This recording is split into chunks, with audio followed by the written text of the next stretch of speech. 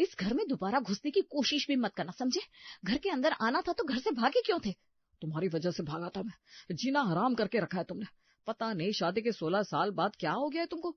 रात भर सोने नहीं देती थी। सुबह मैं ऑफिस कैसे जाता? ऑफिस नहीं जाऊंगा तो कमाऊंगा कैसे? कमाऊंगा नहीं तो आऊंगा क्या? बच्चों को कैसे पालूंगा? किसने बोला तुमको कि बच्चे तुम पालोगी? हाँ, निकलो इस घर से बाहर।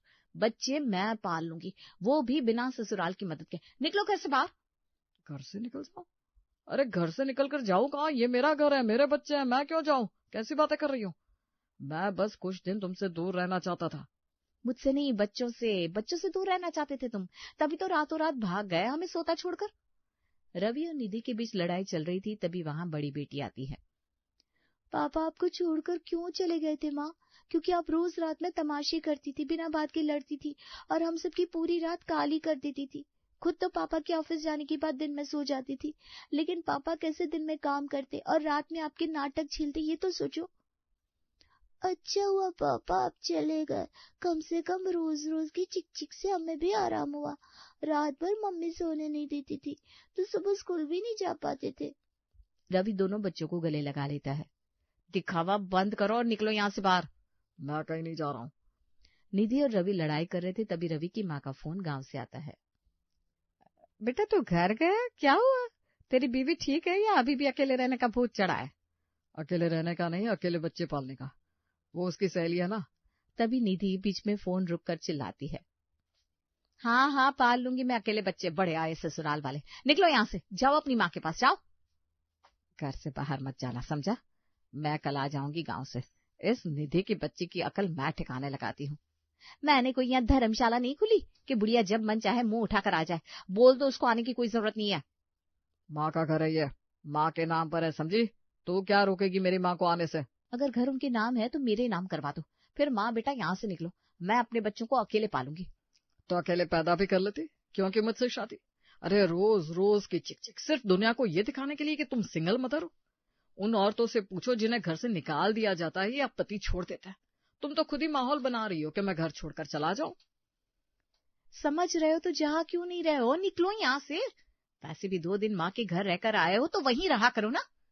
दरअसल निधि अपनी सहेली माया को देखकर काफी इम्प्रेस थी। माया का उसके पति के साथ तलाक हो गया था और वो ब्यूटी पार्लर चलाती थी, खूब पैसा कमाती और खूब ऐश करती। वहीं निधि को ससुराल के चक्कर में आजादी नहीं मिल पा रही थी, इसलिए फैसला करती है कि घर पे रोज कलेश करेगी और पति को घर से बाहर निकलने के लिए मजबूर कर देगी। और होता भी ऐसा ही है, रवि को मजबूरन अपना घर छोड़ना पड़ता है। अब क्या था, बेचारा रवि घर से बाहर रहने के लिए मजबूर हो जाता है। यार वैसे तो तू मेरे घर पे कितने भी दिन रह सकता है, लेकिन क्या ना तू जानता है वाइफ थोड़ा अनकंफर्टेबल फील करती है तो। अरे नहीं नहीं यार, मैंने घर देख लिया है। दरअसल मैं अपने घर के पास ही घर देख रहा हूँ, जिससे कभी भी बच्चों को जरूरत पड़े तो मैं पहुंच जाऊं। और निधि तो कभी घर के बाहर निकली ही नहीं।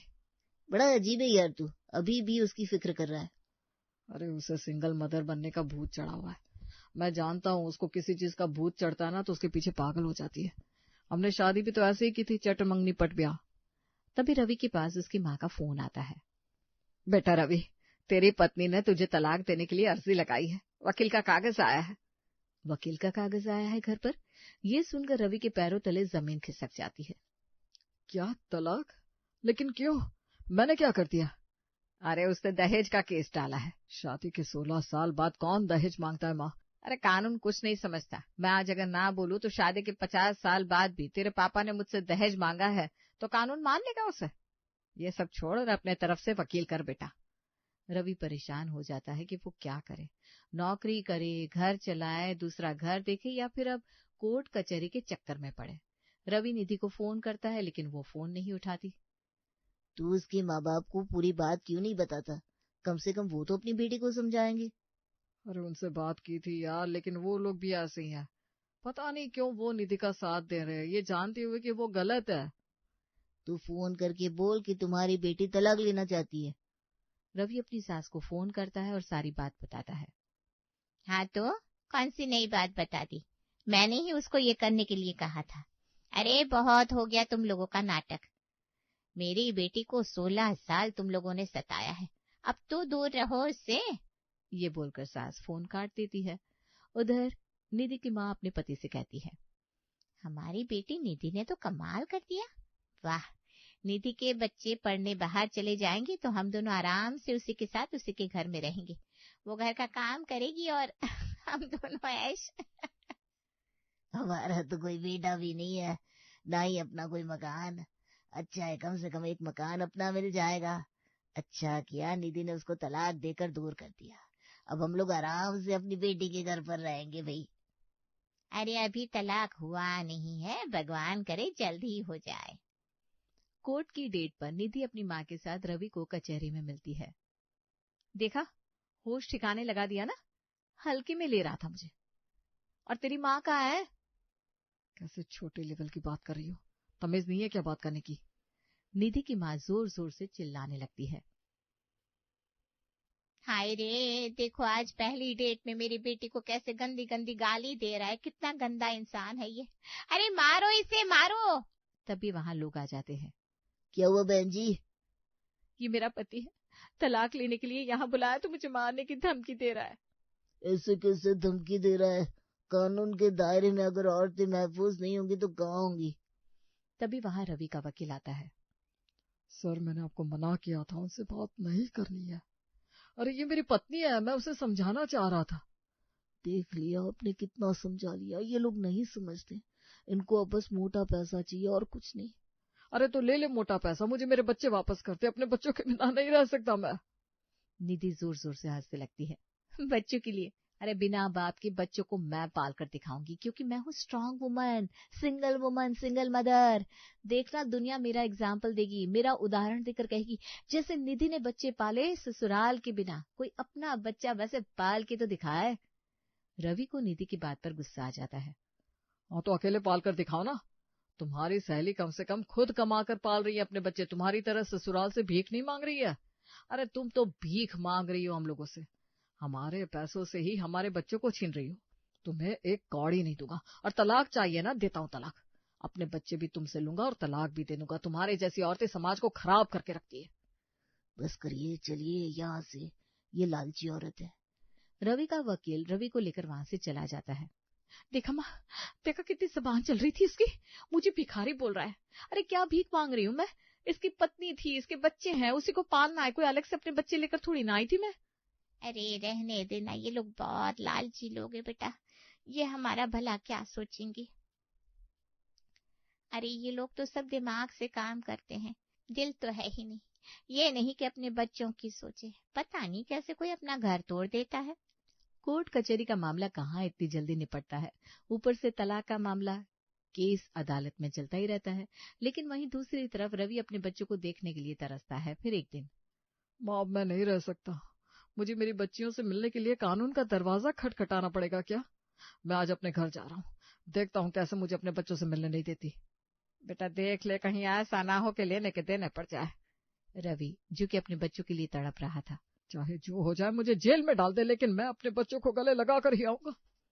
शाम को रवि घर जाता है, दरवाजा खटखटाता है तो छोटी बेटी दरवाजा खोलती है। पापा, आपको पता है आज क्लास में बहुत रोना आ रहा था।